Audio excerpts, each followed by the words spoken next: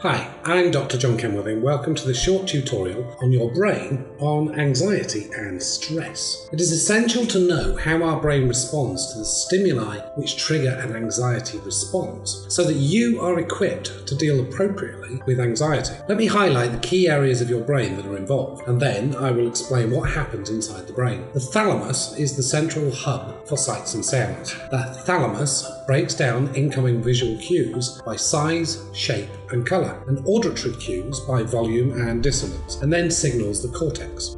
The cortex then gives raw sights and sounds meaning, enabling you to be conscious of what you are seeing and hearing. And I'll mention here that the prefrontal cortex is vital to turning off the anxiety response once the threat has passed. The amygdala is the emotional core of the brain, whose primary role is to trigger the fear response. Information passing through the amygdala is associated with an emotional significance. The bed nucleus of the stria terminals is particularly interesting when we discuss anxiety. While the amygdala sets off an immediate burst of fear, the BRST perpetuates the fear response, causing longer-term unease typical of anxiety. The locus coeruleus receives signals from the amygdala and initiates the classic anxiety response: rapid heartbeat, increased blood pressure, sweating, and pupil dilation. The hippocampus is your memory center, storing raw information from the senses, along with emotional baggage attached to the data by the amygdala. Now we know these key parts. What happens when we are anxious,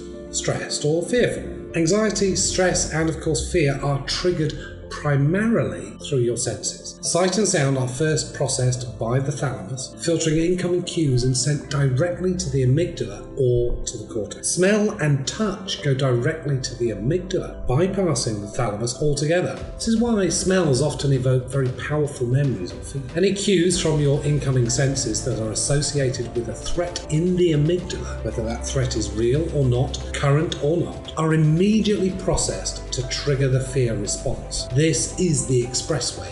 It happens before you consciously feel the fear. The hypothalamus and pituitary gland cause the adrenal glands to pump out high levels of the stress hormone cortisol. Too much cortisol short-circuits the cells of the hippocampus, making it difficult to organize the memory of a trauma or a stressful experience. Memories lose context and become fragmented. The body's sympathetic nervous system shifts into overdrive, causing the heart to beat faster, blood pressure to rise, and lungs to hyperventilate. Perspiration increases and the skin's nerve endings tingle, causing goosebumps. Your senses become hyper-alert, freezing you momentarily as you drink in every detail.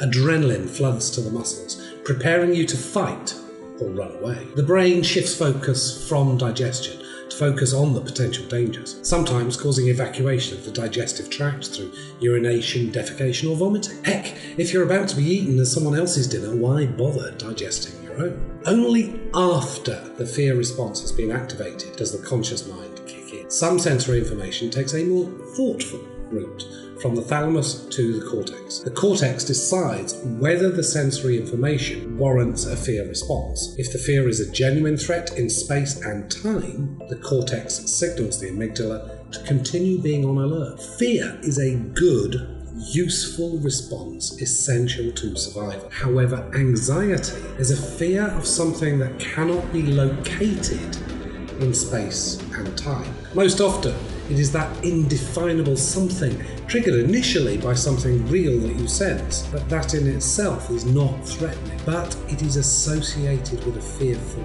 memory. And the bed nucleus of the stria terminals perpetuate that fear response. Anxiety is a real fear response for the individual feeling anxious, and anxiety can be debilitating for the sufferer. Now that you know how anxiety happens in your brain, we can pay attention to how we can deliberately use our prefrontal cortex to turn off an inappropriate anxiety response once a threat is